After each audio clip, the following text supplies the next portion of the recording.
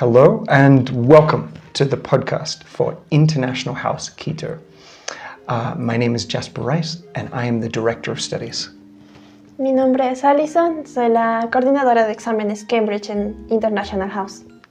We've created this podcast to talk about different issues and topics in the world of language teaching and language learning. But first, I'll talk about the organization. So we're a member of International House. International House is a network of about 150 schools in 40 different countries worldwide, and it's been in operation since the 1960s. And today it's very much a big part of the world of language teaching, not just English, German, Spanish, Russian, Arabic, and also of teacher training, teacher development, and also language proficiency certificates as well, such as Cambridge and IELTS. This particular language school, Quito, IH in Quito, began as the British School of Language, and in around 2010 we affiliated into the International House network. So today we are going to introduce ourselves and talk kind of generally about our experiences as language learners and of our experiences in other countries and other cultures. And in subsequent episodes, we're going to talk about more specific issues to language learning, like things like grammar, things like making mistakes, why is vocabulary important? How can I read better? That kind of thing. But today we're going to start off a little bit more generally. So, yes, we want to talk more about how we get here, cómo empezamos a trabajar aquí, what did it bring us here, like, for example, ¿de dónde eres, Jasper? ¿Por qué viniste? Y puedo decir algo. Vamos a hablar en un mix of español and inglés. Spanglish. Vamos a experimentar con una combinación de español y inglés, y en unos capítulos es posible que hablamos completamente en español y en inglés, aunque cometemos muchos errores. Yes, we both. But I think that it's going to help you to improve your English, because you're going to hear how to, what kind of mistakes you have to avoid. Yeah. And how to correct them. Yeah, and also one thing I like to emphasize, this is something I learned in my first year of being a teacher, is communication does not need to be perfect to be successful. No. Yeah. So, yeah. Just need to try your best. Sí, aunque cometemos errores, no pasa nada. La comunicación está exitosa. Sí. Okay. So, well, let's talk about how we got here. Yes. So tell me, how did you come to work at IH? Well, I was sending CVs, like curriculums, to different companies, trying to learn and improve my English. Mi nivel de inglés era bajo, so I found this place sending CVs to different places. I remember I got a call from John, who is our center manager. To be honest, I thought that it's gonna be kind of like an English course, that someone is gonna sell me an English course. Oh, wow. Because yo estaba buscando un curso de inglés. So it's funny, but no, actually I got an interview with John and started to work here. And for my surprise, I was able to practice my English here. So yeah, now obviously you're the exam coordinator for our Cambridge exams. But what was it like when you started out? How does it, I guess, like las diferencias entre las expectativas y la realidad? Es muy diferente. Bueno, la verdad no tenía ninguna expectativa, no sabía qué esperar de este lugar. Solo sabía que iba a empezar a trabajar en algo que me gustaba, porque me gusta mucho el idioma, me gusta mucho el inglés.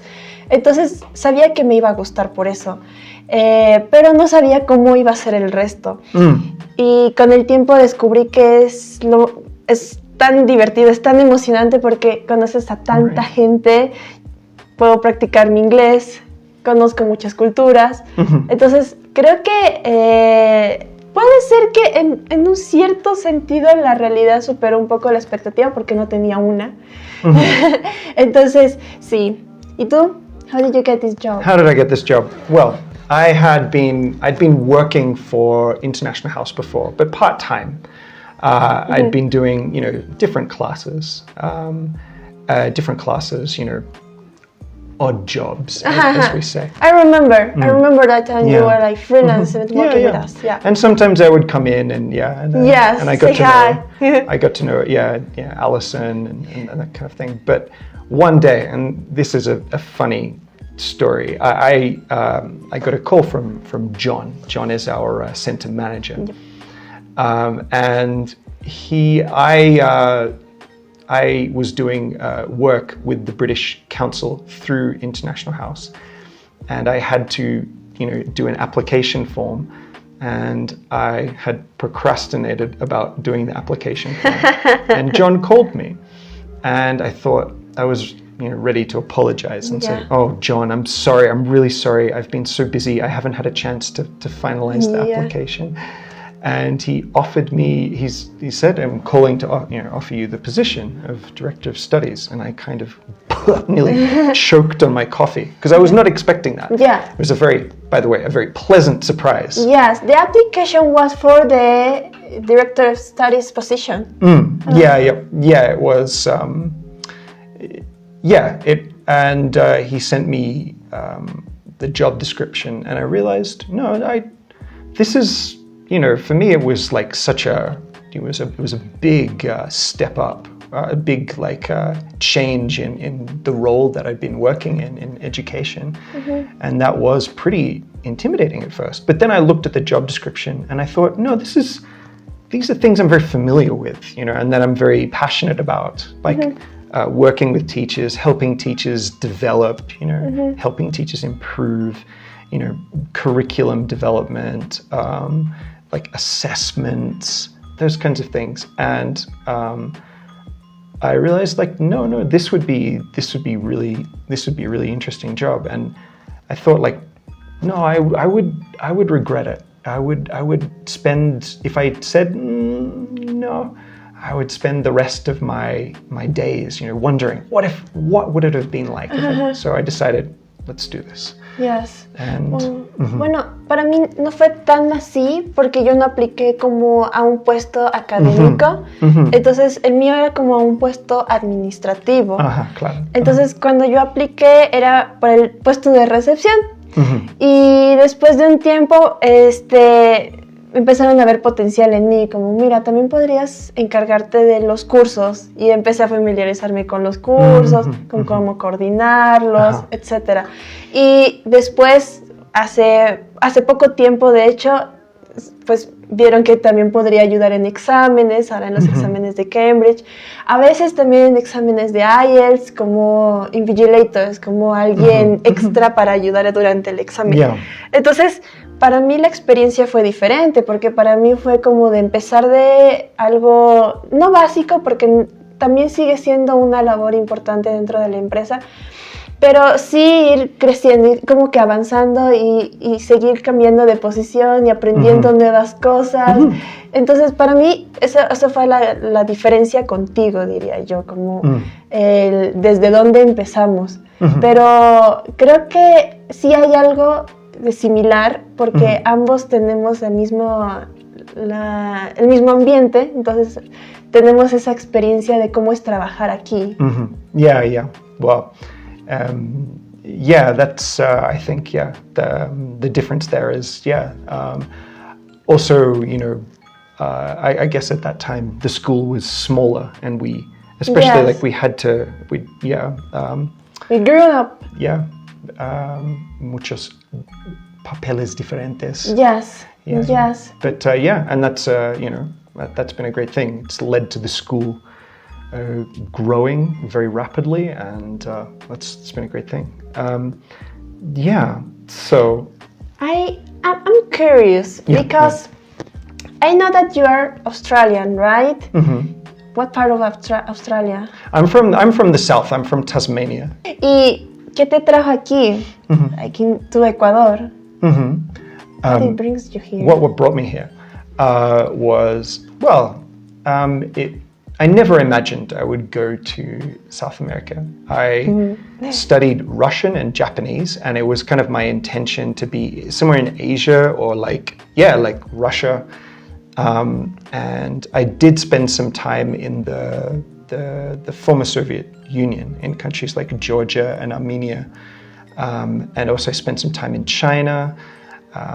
But it was 2016, and a friend of mine was working here as a journalist, and I was in the United States. I was in California, and I had actually just finished my CELTA, which is a English teaching qualification. And he said, come to Ecuador, you'll like it here, and you'll find work. And I kind of, it was like a very impulsive decision. I was like, okay, so it was because of your friend. Yeah. Okay. Yeah. Iba a volver a China y tenía ofertas acá en China, pero pensé, no, primero voy al Ecuador y veo cómo está. So I got on a plane and I arrived and I found a job, and I met my partner, who I'm still with, and after 2 months, it was kind of like, pues supongo que vivo en Ecuador. I suppose I live in Ecuador now. I suppose I'm gonna be Ecuadorian now. Half Ecuadorian. Well, it's and that's how I got here. Okay, es interesante que encontraste varias cosas en común entre tu país, en Australia y Ecuador. Obviamente no son iguales, pero lo sentiste familiar. Sin embargo, estoy segura de que hubieron muchas cosas que se te hicieron diferentes, que a lo mejor encontraste como novedosas o como interesantes. Y la verdad, sí quisiera ampliar más en ese tema, porque yo creo que a todos nos gusta saber qué piensan otros países de nosotros, en un buen sentido, obviamente. Y sería interesante saber esa opinión, o sea, ¿cuál fue tu impacto cultural desde el punto de vista social con otras personas, con sus modismos, etcétera? Pues lo que di cuenta es el hecho de que Ecuador es un estado pluricultural. So basically, multiple cultures exist in Ecuador in like a legal sense, and that was really interesting to me because it's not something that we do in Australia. Yes. So, and also like on an interpersonal level, obviously like like Ecuador, particularly in Quito, very indirect. But Australians, we're kind of blunt, can be pretty blunt and very direct. So that was something I noticed. That kind of characteristic of intercultural communication. Some people can say that, and actually I think that it is something that we can talk more, maybe in a next podcast. So what do you think if we go more deep, like profundizamos más en el tema about this, and about more different diferencias culturales. Porque también es una parte muy importante de aprendizaje de idiomas. Sí, definitivamente.